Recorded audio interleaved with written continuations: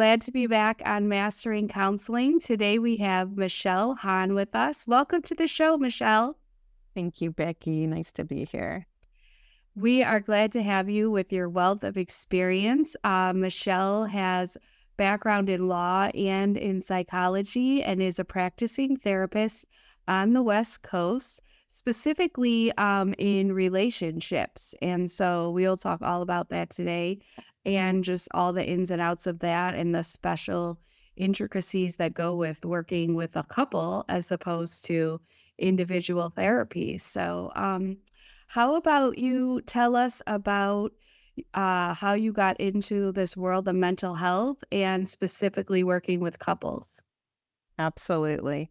Well, Becky, just like any college age student, I was drawn to a particular area, which was psychology. And I always found it fascinating. How does the mind work? Why do people behave in certain ways? And we all have our own family dynamics that we're trying to figure out.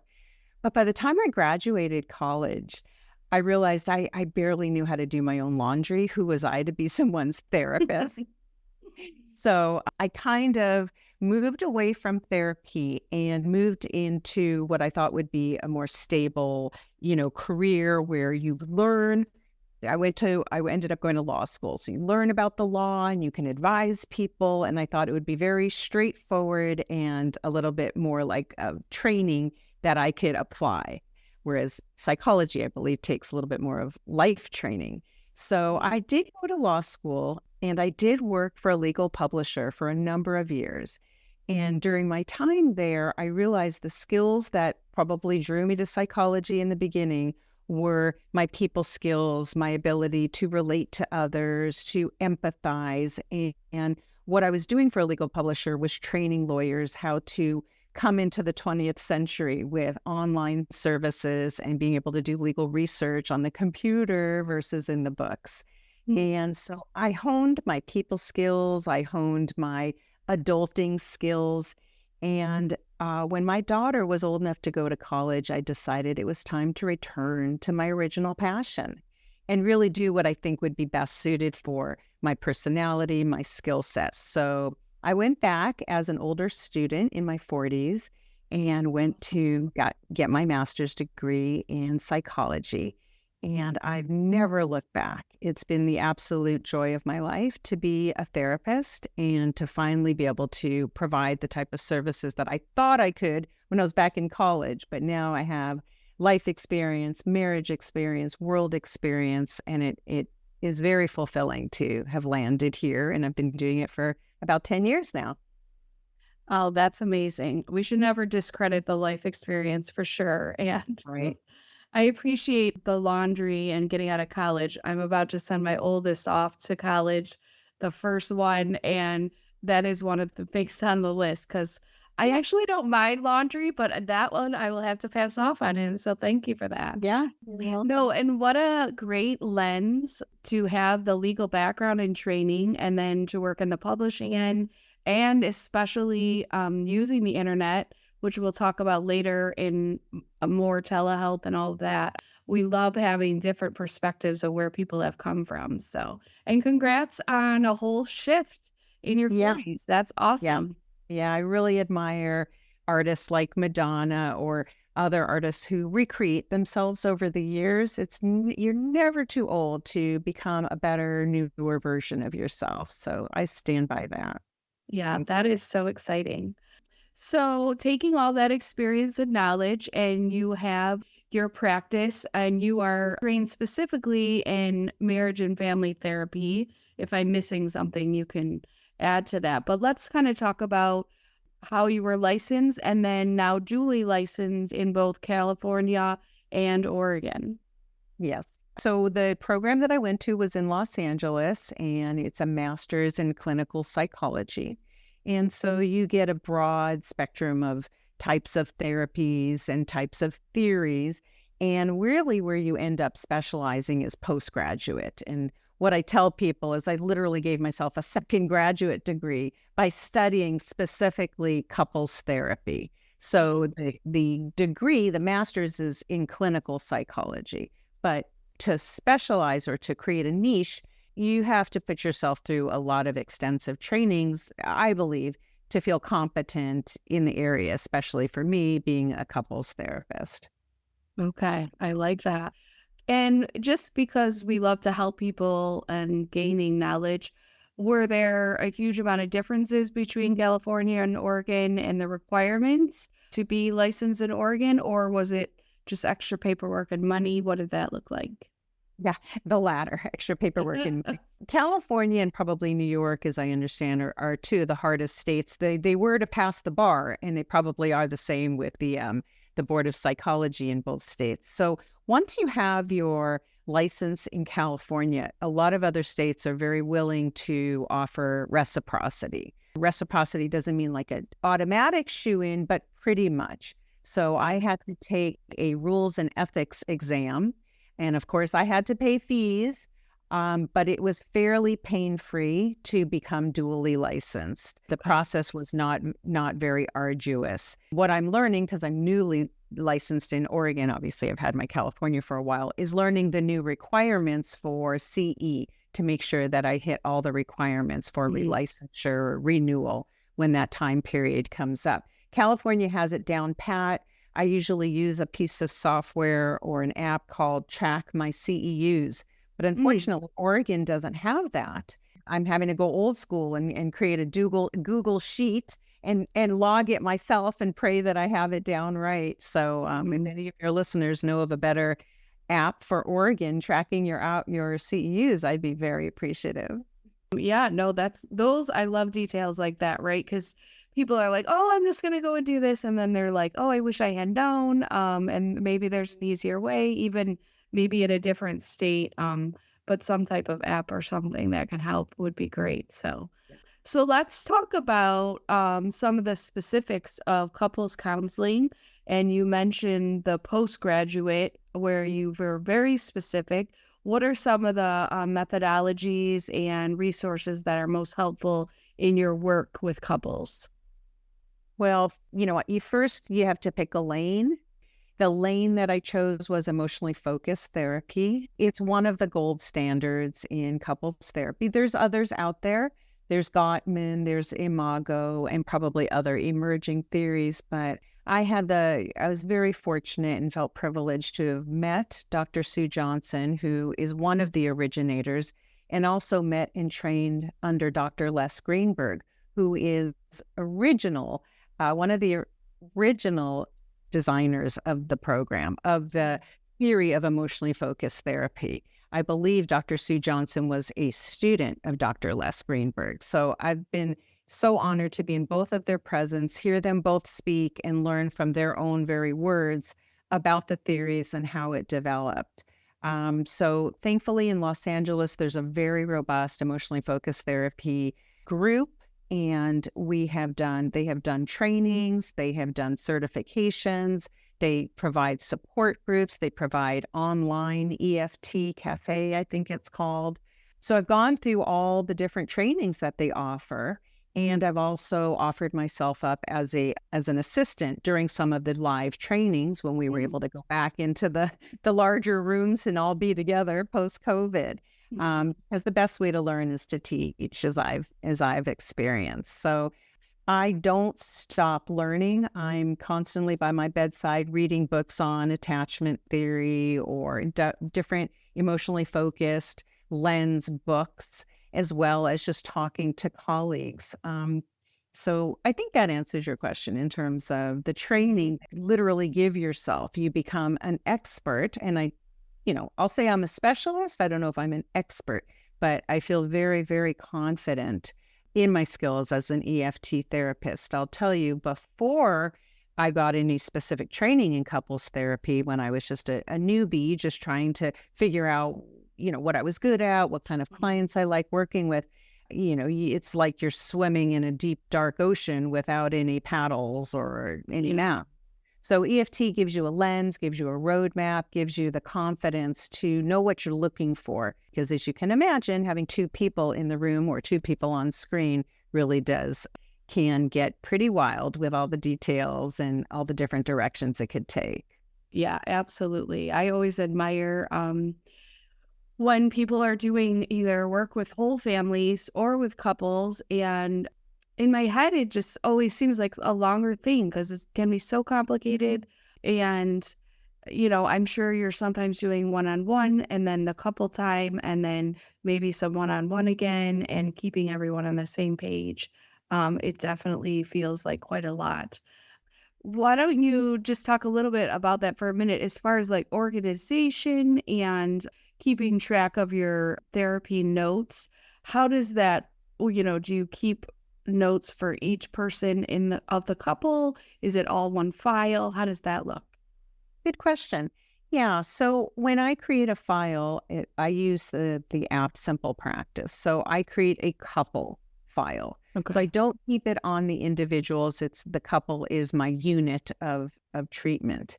And when I work with a couple, I do the first 4 sessions are unique in that I meet with them both together.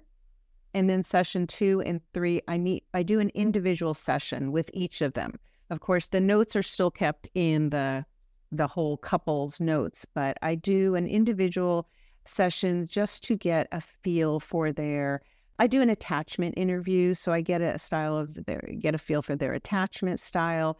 And what I'm looking for in those individual sessions is how they handled conflict, what messages they got from their parents or family of origin around being able to express your emotions, around what felt safe, what didn't feel safe, and when it didn't feel safe, what were their coping mechanisms.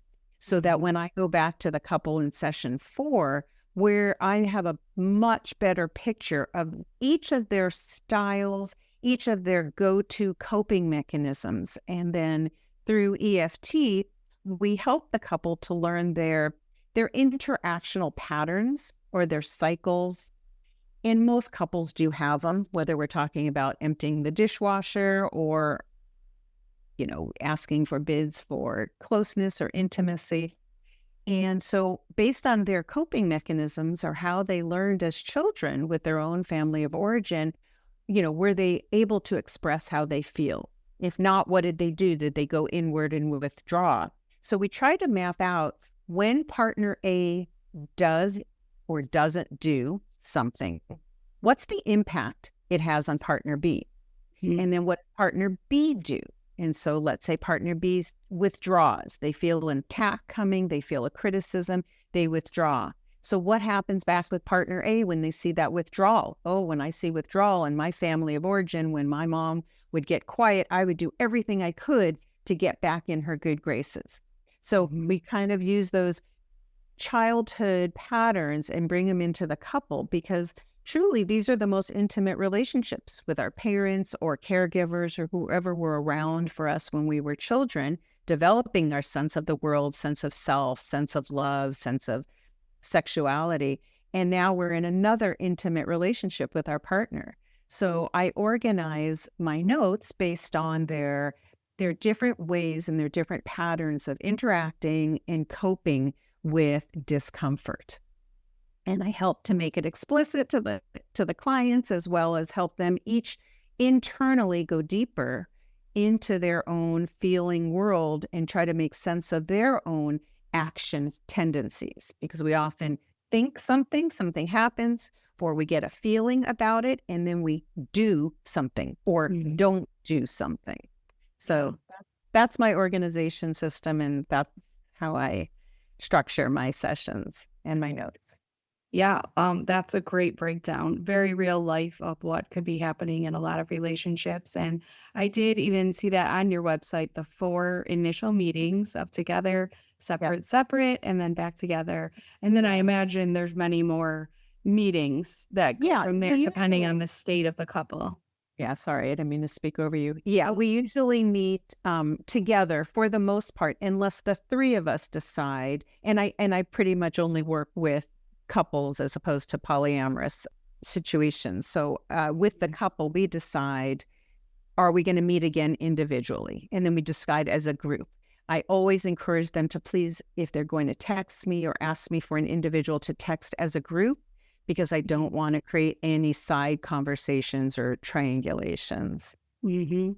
Yeah, very important details of having a great relationship with clients and being able to maintain that all the way through. Thank you for giving us those tips. Let's talk a little bit of kind of your vision in your practice and where it came from and where it is as far as I think you are the sole therapist and like do you handle all the administrative behind the scenes? Do you give that out? What does that look Yeah. like? Yeah. Simple practice, I am plugging them today, but they really do make my life pretty easy. Mm, Because they are a okay. calendaring system, as well as they help me to process the charges. So I collect credit cards so that when the session is over, all I have to do is bill the credit card. I also can create super bills. And on the rare occasion that I agree to submit a claim, all that is done seamlessly through simple practice. So I don't have to delegate or outsource those services because they're pretty much, click of a button. Trying to think was there anything else? I do hire a bookkeeper so that she can Okay. help me organize, my bank statements, my credit cards, my simple practice. Stripe is the credit card process service. So she'll look over those charges and help me come up with my profit and loss statement at the end of the year. So that's an invaluable resource because I'm not a QuickBooks kind of gal. Mhm. Yeah, it's Yeah. funny. We hear QuickBooks mentioned a lot on here, and it's either QuickBooks are my go-to, I love it my Right. whole life, and other people are like, no, I'm never touching it, or I hire someone who knows how to use it. So, Yeah, you need something. Either you can do it yourself or someone, but some system to keep your finances, separate from your personal and organized in such a way that when taxes come, what's up. right, right. That's great. When I believe you mentioned at some point that you were seeing clients in person as well as online since 2016 and this beginning, how has that shifted, remained the same? I know Yeah. at some point it probably was all online, but what does that look like for you? Yeah. I loved having an office from when I was an intern, or now it's called an associate, up until COVID. I had offices in the west side of Los Angeles, and I absolutely adored the whole therapist style of dress and welcoming people in and creating a cozy environment. But then, like all of us, we got hit with COVID and we all had to pivot. And I ended up creating my practice online, like all of us did. I started in a little room in my my upstairs garage just to have some privacy because I Mm, just had no idea how to create, that insulated feeling. yeah. And since that little room up in my garage, I've since created like a home office environment with some soundproofing. And once I got the hang of it and felt confident that I could do therapy online, it became natural. It became my way Mm, of working. And even though people started going back in the office, I remember some were 50-50, some were coming back for a day a week. I realized I grew very accustomed to the flexibility of yeah. doing therapy from home, having all the luxury of home, right? Having Mhm. your bathroom, your refrigerator, your comfortable clothing. Right. So your ability to walk your dog in the middle of sessions. So it became not just something I learned how to do and dealt with, but more something that I now prefer. Okay. And I think the efficacy is just as good as in person. I know people argue, and I agree. You can't reach out and touch your client, and you do miss some of the nonverbal, if their toe is tapping. Mm, But for the most part, I've been pretty amazed how I can even catch like a little bit of wetness in the eye and oh, kind of capture, I can see someone swallow, and I feel like I've just learned to super hyper attune to each yeah. client's facial and nonverbal to be able to pick up on what's happening. And with couples, I do require that they stay in the same room together. I don't want three of Mm, us, three yeah. different greens, because that part is more important than me being in the same room. Yeah. No, that's an excellent point. I was actually just in another meeting. It was more business type things, but it was the three screens, someone popping in and out. And Yeah, I can't imagine if you're dealing with relationship issues that that would work very well. And although you might learn a lot if someone isn't tuning in, then you're getting a Right. picture. It's a symptom. Yeah. And we just bring that in. Like what happens when that person is checking their phone, or you can see them suddenly their eyes become glazed over and you can kind of tell that they're reading something on the screen. In talking about helping with all different couples, what would you say, in 2024? I know there's probably a whole slew of issues couples are dealing with. And I think on your website, you listed a lot of things that you specialize in helping with. Is there any trends or like the top three issues that you're really seeing a lot of struggle?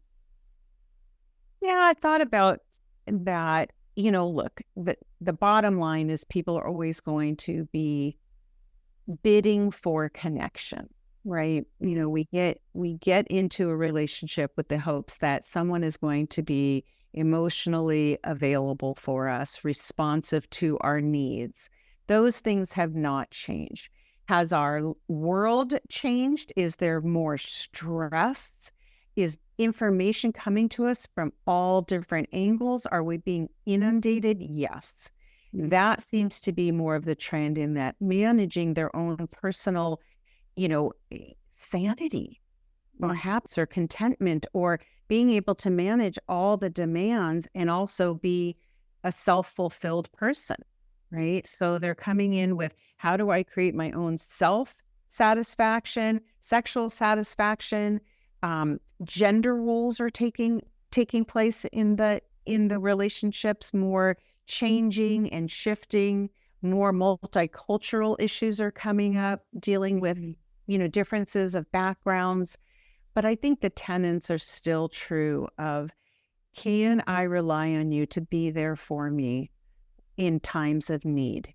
And when you weren't, how did we manage? How did we get through that? And what ruptures happened that are still there, which is why we're usually seeking couples therapy. We can't get past some of those ruptures. So we have to go Mhm. back in and sort of take a look at the wounds, do some triage, and find new ways to deal with conflicts that are going to come up, because they're going to. I can never Mhm. promise anyone that they're not going to fight, disagree, see things differently, and let each other down, Yeah. intentionally or not. Usually not.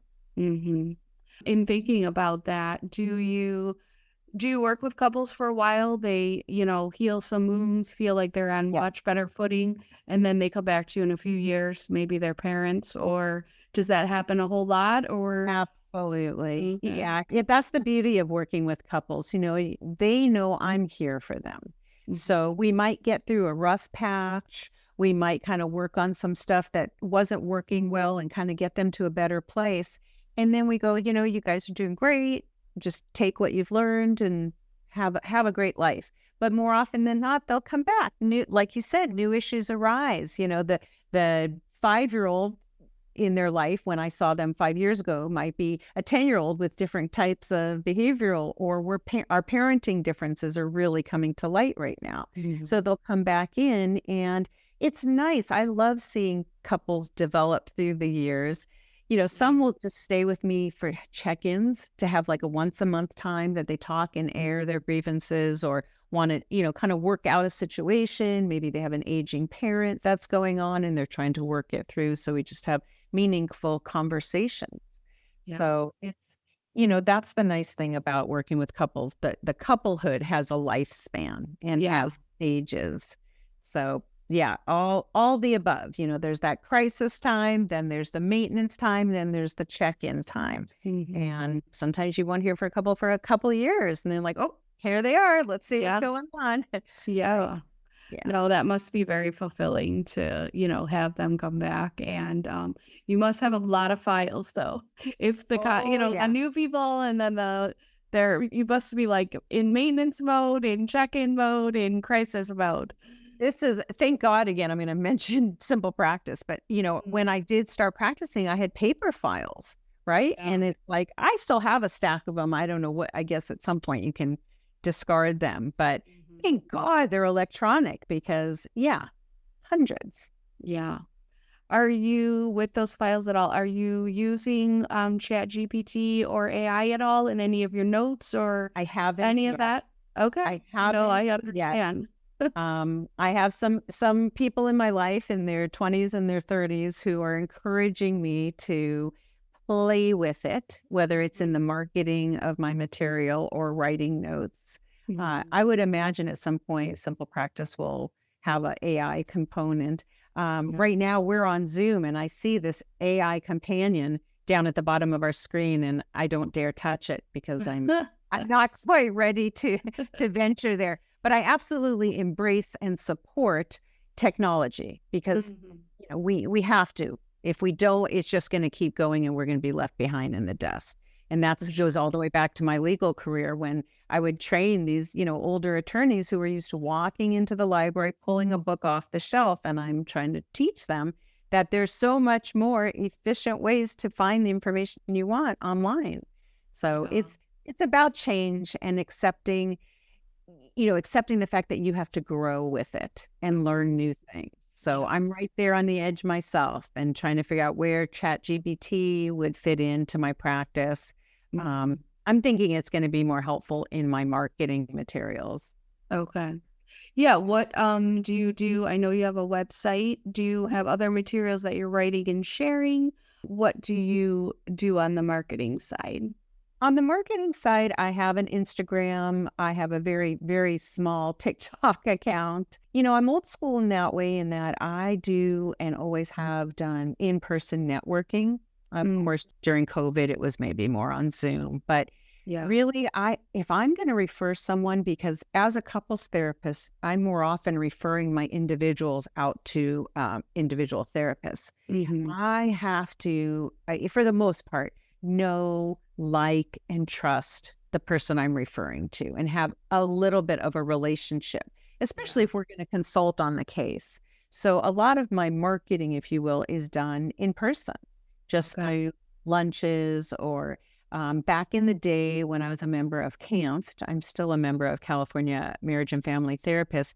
They'd hold monthly or every other month meetings in person in a large ballroom, and we'd have a Mm, speaker and we'd all sit at tables and there would be a prompt question and we would generate, a lot of great conversations and great connections that I still have till this day.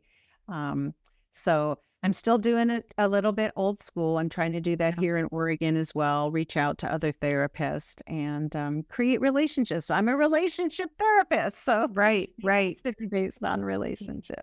No, Yeah. I get that. I mean, I feel like especially if you're doing so much work on the computer, then for something else, you want to be with the people out in public. Yeah. Like I cannot, I know I can never sit at a computer all day and never, it would Right. make me absolutely crazy. So, Yeah.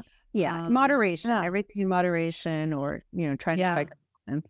yeah. Well, that's good to know. And I'm sure others as well appreciate, the networking and, one thing I was thinking about, and you mentioned using technology and how you were helping lawyers do that. I'm sure people ask you often with, oftentimes therapy is a step before people as a couple have to go to a lawyer. Do you do you bring that information into the therapy at all? Do people, like, if they're really at that point, but there maybe this is a last chance, how much of your Right. Yeah. knowledge of that do they try to bring in? Or do you say, nope, we're keeping it as the therapy? You would have to consult another lawyer. I see what you're saying. Yeah. Mm, Well, there is an area called discernment counseling, which you can help a couple decide, are we going therapy, should we put divorce on hold for a few months and do therapy and mhm. then we can proceed. So you kind of help them to decide what they want to commit to. If they are truly like, this is a last ditch effort, and if this doesn't work, we're going to go, we're already ready to go. Chances are they're already on the side of wanting to split. But if they are willing to take divorce or separation off the table, then we can go forward and do some work if both of them have some skin in the game. Mhm. When and if, and it does happen, they are really incompatible. They don't want to do the work anymore, which is often the case. I'm a big fan of mediation. I do believe before we call in the lawyers, there's a lot that can be accomplished through mediation. And I have several colleagues that I refer to and have a close network of that will do the mediation, meaning sit them both down and go through a list of, this is how we separate. These are the items that have to be talked about. And without incurring a whole bunch of lawyer fees, especially if it's not completely contentious, I think, and I do recommend mediation before each of us getting our own lawyers. You can still get a lawyer to overlook the documents that the mediator drew up, but Right. that's the route I usually take. No, thank you for breaking down even the vocabulary of, those words and discernment and mediation and just sticking with therapy and really trying to work on things. That's very interesting and good to know. Is there any thing else that you would feel like we didn't get to talk about that you'd want others to know about your practice, or anything that you feel like you would have to share with people who may be newer in this field of mental health? Um, I guess to the younger therapist, I would say don't be afraid to reach out to a therapist more seasoned than you are. I relied heavily on colleagues to, hey, can I bend your ear? Let's go grab coffee. Here's a case I'm working with. It's so valuable to hear someone else's perspective because we work alone. We work in the room, we go get our training, and then we're there. We are the expert in the room. So that's something I have found valuable and still do to this day. And when a younger therapist reaches out to me, I'm more than happy to pay it forward, have a discussion, and just be somewhat of a cheerleader because there's a lot of normalizing that has to happen. There's a lot of fear for new therapists. Are they doing it right? Am I Yeah. enough? Do I have enough? Like I was in college, I didn't think I had the skills to be a Yeah. therapist. Now I feel very confident as a therapist. So that would probably be the last thing I would add is I would welcome newer therapists if they want to reach out to me or someone that they know that's more seasoned. Try to remember we were all in that place and Right. put your shame and embarrassment on the side because there is nothing wrong with asking and showing that you are unsure about how to proceed.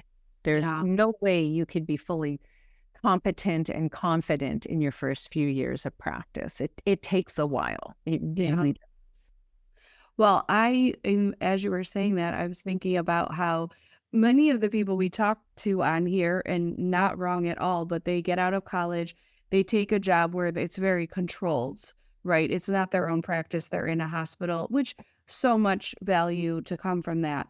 But I totally really love the approach that you took. You were like, I'm not ready, so I'm doing something else and gonna grow myself up. And exactly. then you went out to do it your own way. So, I think that's really good. But I do think it's so good to be able to reach out to people who have more experience, no matter the ages of what they are, or even, the type of counselor it is. And just networking and collaborating is so helpful. So, yeah, that is really great wisdom. And we just thank you so much, Michelle, for being with us today and bringing Sure. the lens of a law perspective paired with psychology and how things are working out on the West Coast. So thank Yeah. you. Thank you. Thanks for your time, Becky. This was really nice. We are really glad that you were able to share on mastering counseling. To our listeners, please leave reviews and questions. Check out Michelle's work and please tune in the future on social media. Leave us more reviews and comments, and we hope that you have a wonderful day.